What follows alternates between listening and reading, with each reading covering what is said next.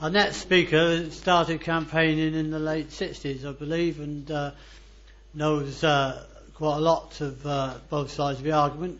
And she was one of the founders of the charity Release from London. This is, please welcome Caroline Coon. Good morning, everybody. I'm going to talk for 20 minutes and then perhaps we'll have a little time for questions before lunch. Standing before an audience at a conference like this is for me somewhat surreal. Over the last 34 years, since I founded Release in 1967, I have been campaigning to end the prohibition of cannabis. And today, my 55-year-old self allies with the 21-year-old I was 35 years ago, and I seem to think, how can this be? Where am I? What's changed? How can I say anything new? I want to be witty, objective, cool, but despite knowledge gained by experience that it does take many years of persistent campaigning to change bad law, which means that I should by now be less emotional and detached than I was when in 1966 the first person I knew was sent to prison for 2.5 years for being in possession of a few grains of cannabis. I am not.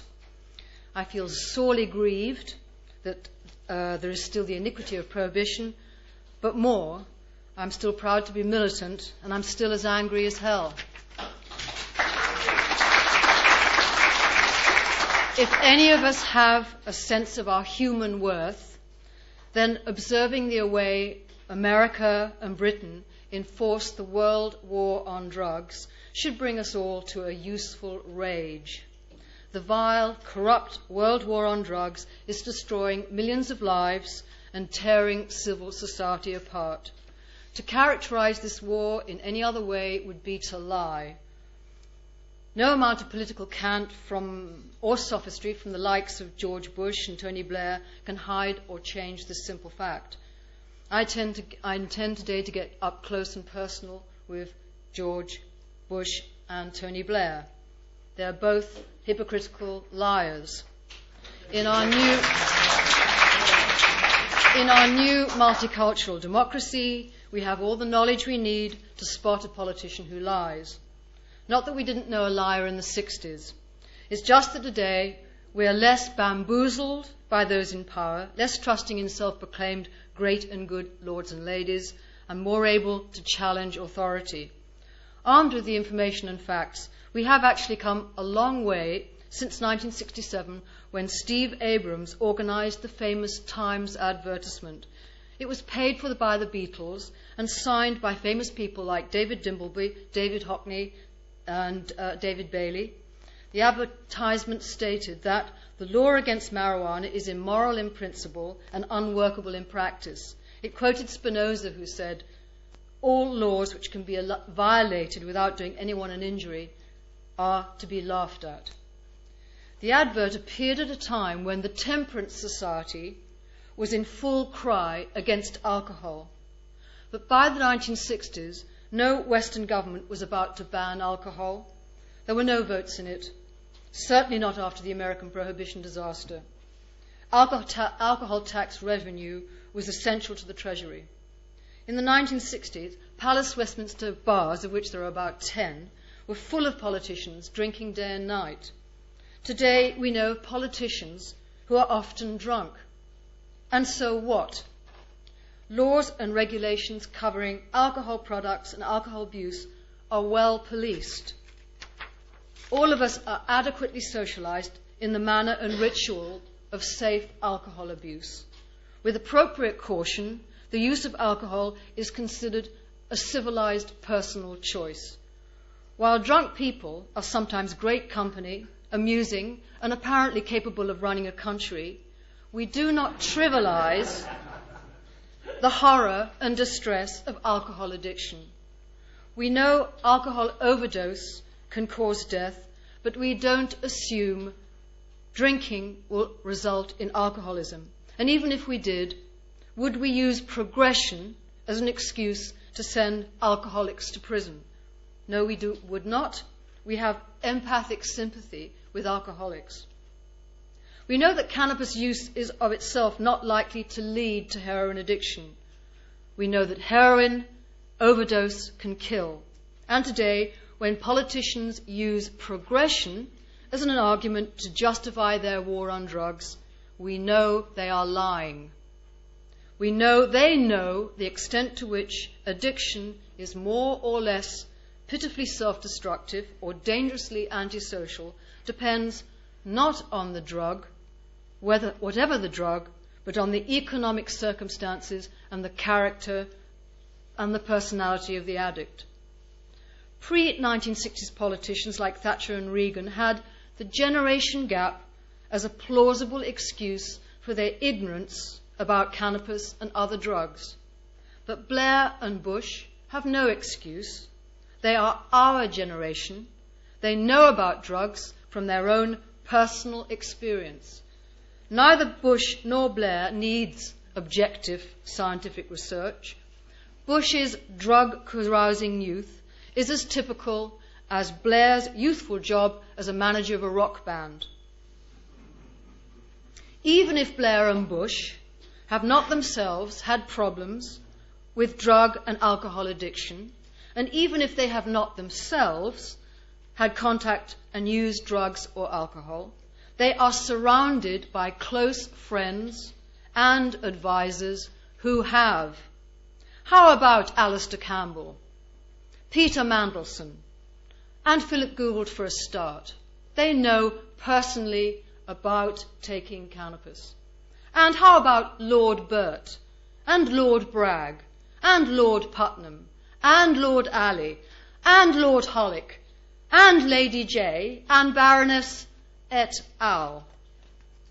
Bush and Blair, the leading law and order promoters of the Western world, apparently condone the execution of heroin addicts in China, while knowing that to treat alcoholism as a crime would be inhumane.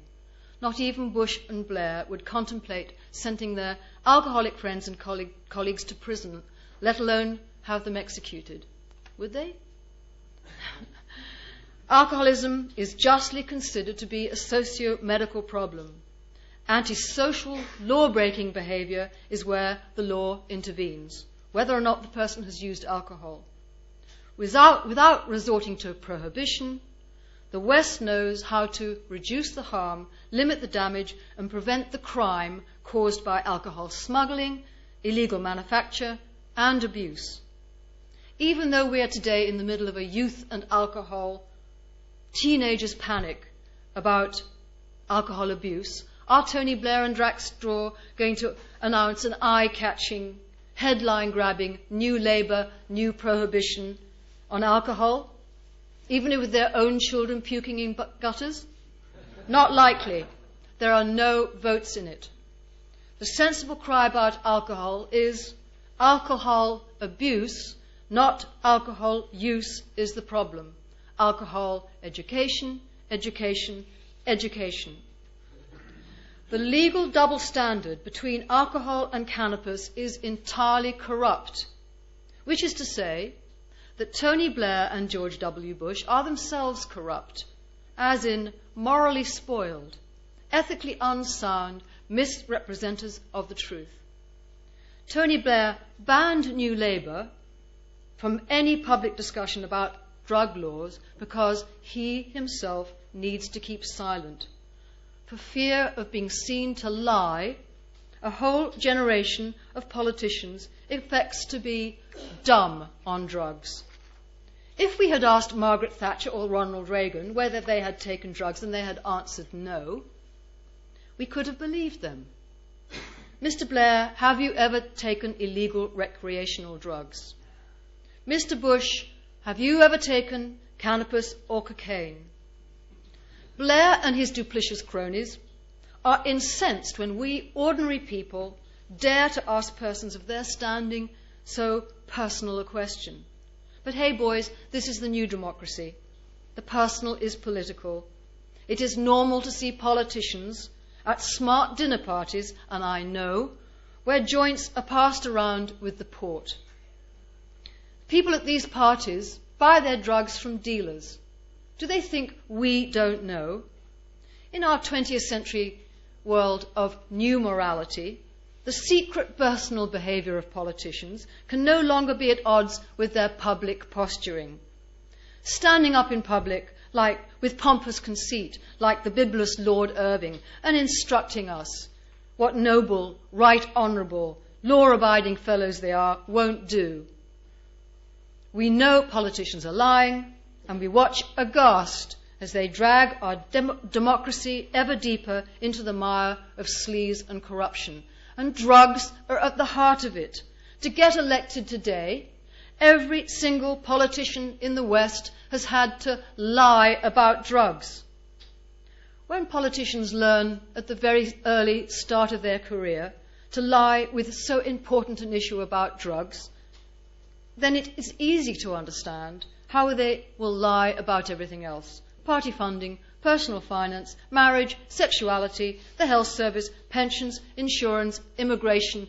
They will lie about everything.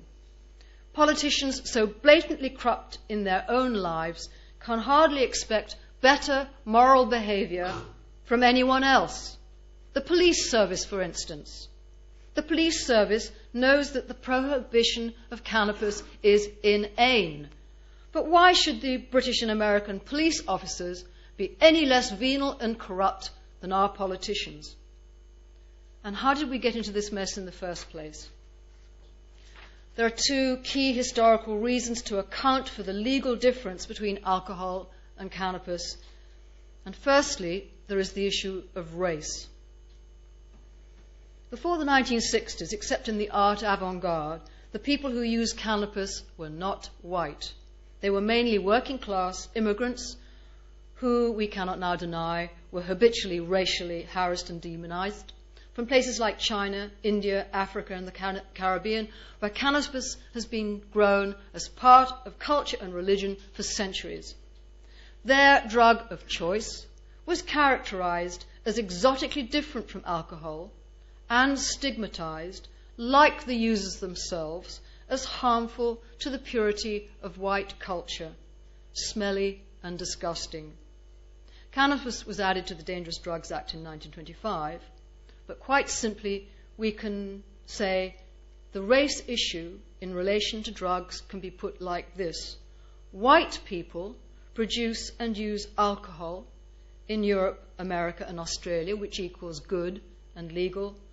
Black people grow and use cannabis in India, Africa and the Caribbean, bad and illegal.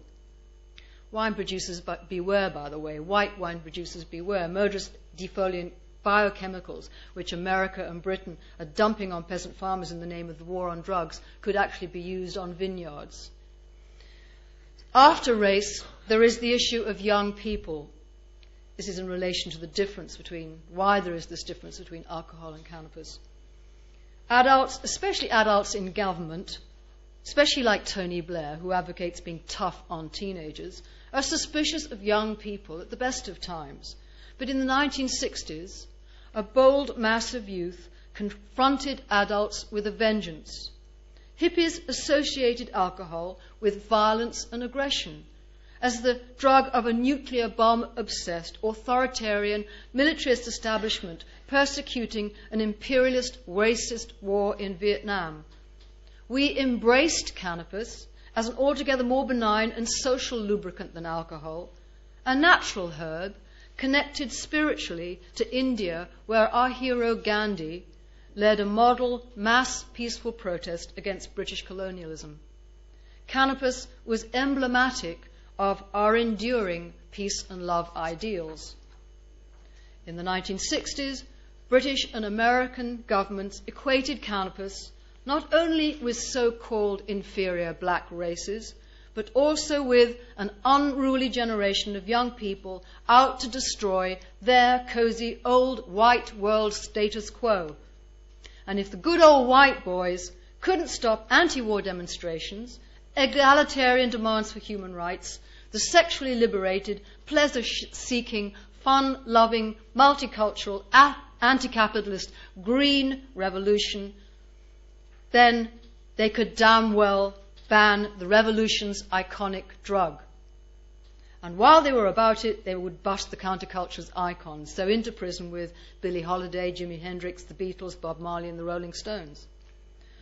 Prohibition of cannabis has nothing to do with any principled government concern for the health and welfare of society and young people. Prohibition of cannabis has everything to do with a white, authoritarian, political class determined to resist social change. Because of the 1960s racist, reactionary morality, the war on drugs was and remains a civil war on multiculture and young people.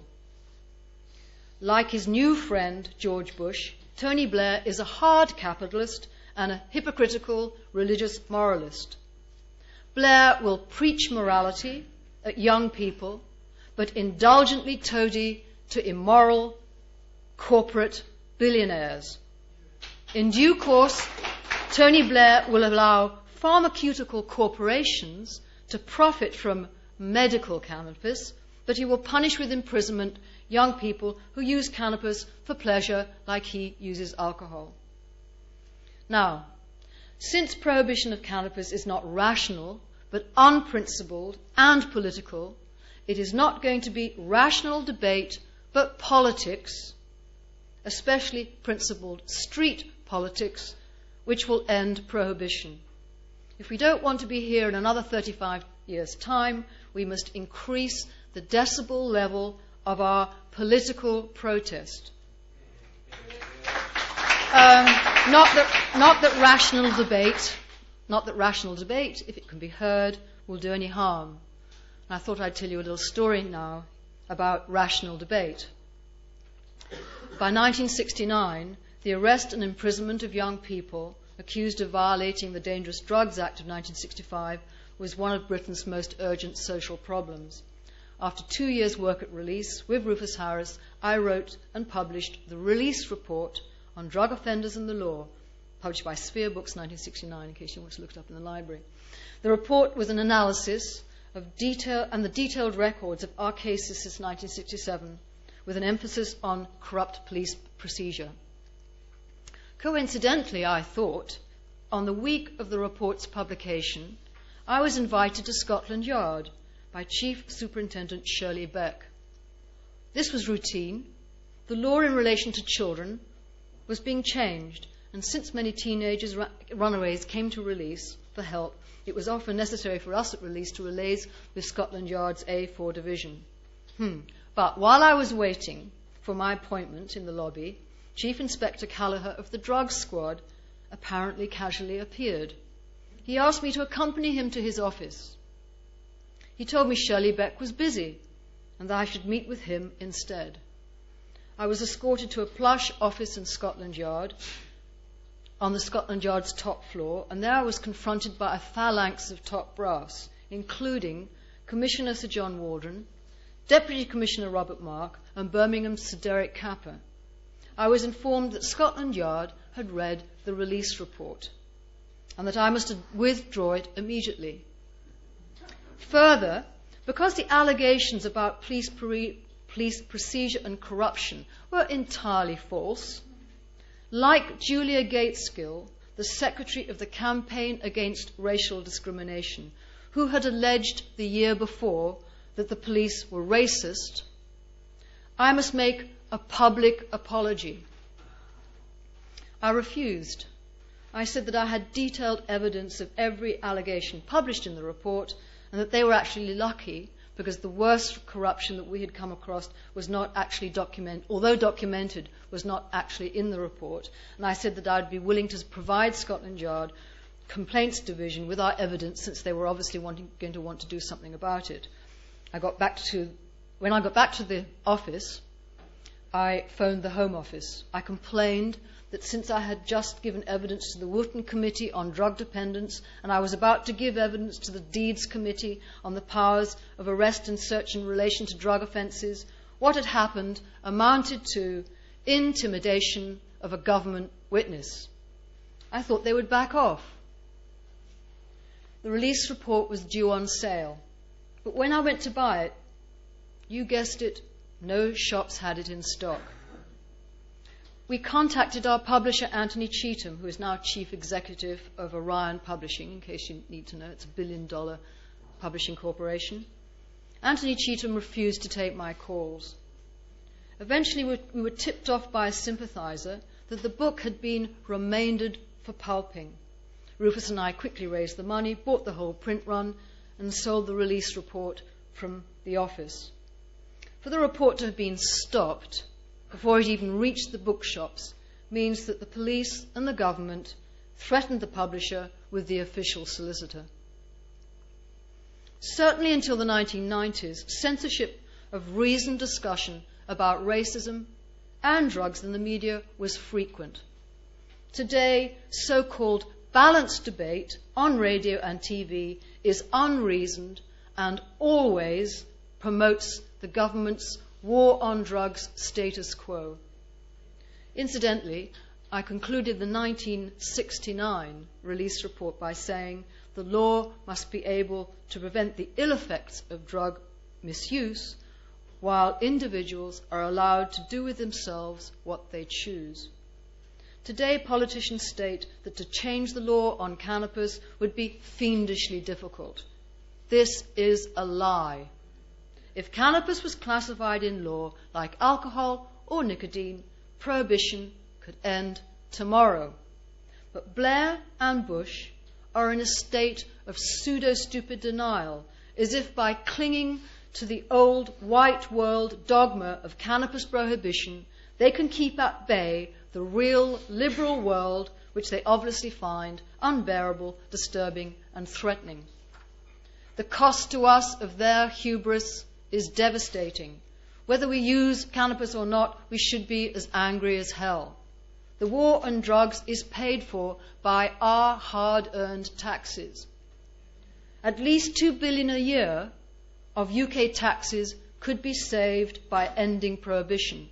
This saved tax could be spent, of course, on free education, a decent welfare system, generous health services, a health service which cares for addicts, and fair legal representation, respectful pensions, and efficient public transport. Instead, the war on drugs means that parents and schools cannot properly educate and socialize young people on the dangers of drug abuse.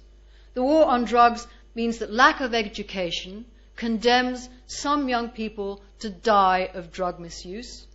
The war on drugs means that drug addicts, unable to receive medical attention and the charity they need, and charity workers caring for the jobless and homeless young people and addicts are sent to prison. Bush and Blair are even now spending more of our taxes to build more prisons.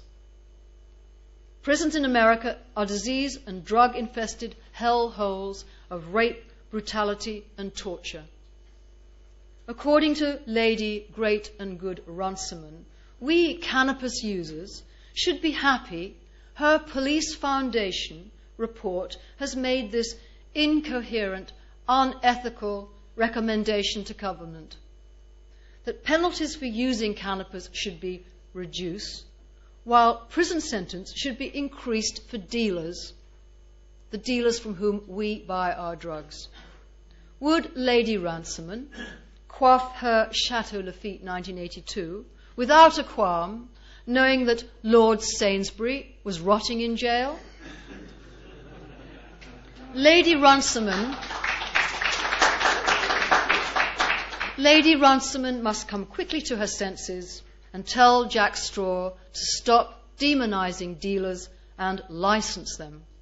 Personally, I intend to do all in my power to stop my organic, fair-trading cannabis dealer to stay out of prison. The most serious aspect of the Anglo-American war on drugs is the extent to which it is destroying the cornerstone of our democracy, our justice system. With mafia in control of cannabis and billions of illegal dollars sloshing around, needing to be laundered and spent, not only are bankers, politicians and the police being corrupted, but lawyers, barristers, and judges are being corrupted too. To fund this war on drugs, our civil liberties and democratic rights are being stolen from us. To save costs, declares our Lord Chief Justice, our right to trial is being demolished. Legal aid is decimated. Whether you use illegal drugs or not, this should concern you. Popular politicians on the left, like Ken Livingstone, who boasts of his huge alcohol consumption, and on the right, like Anne Widdecombe, who is partial to champagne at Conservative Party conferences, they support the war on drugs. Other politicians spread the myth that there are no votes in changing drug laws. All politicians fret about declining election turnouts. Apparently, people like us are too apathetic to vote. True.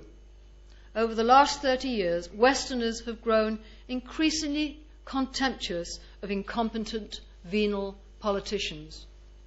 But it is not apathy which keeps us from voting.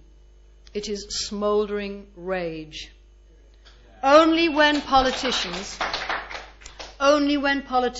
start making ethical laws which match their own personal behaviour will they be rewarded with our interest and our votes. Meanwhile, we eye politicians who control drug laws like Bush and Blair. We observe that they are bad people. We are right not to vote for bad people. Go to the ballot box, cherish your hard-won right to vote, and as part of our continued political street struggle to end prohibition, do what the Legalise Cannabis Alliance suggests: spoil your ballot by writing across it, Legalise Cannabis.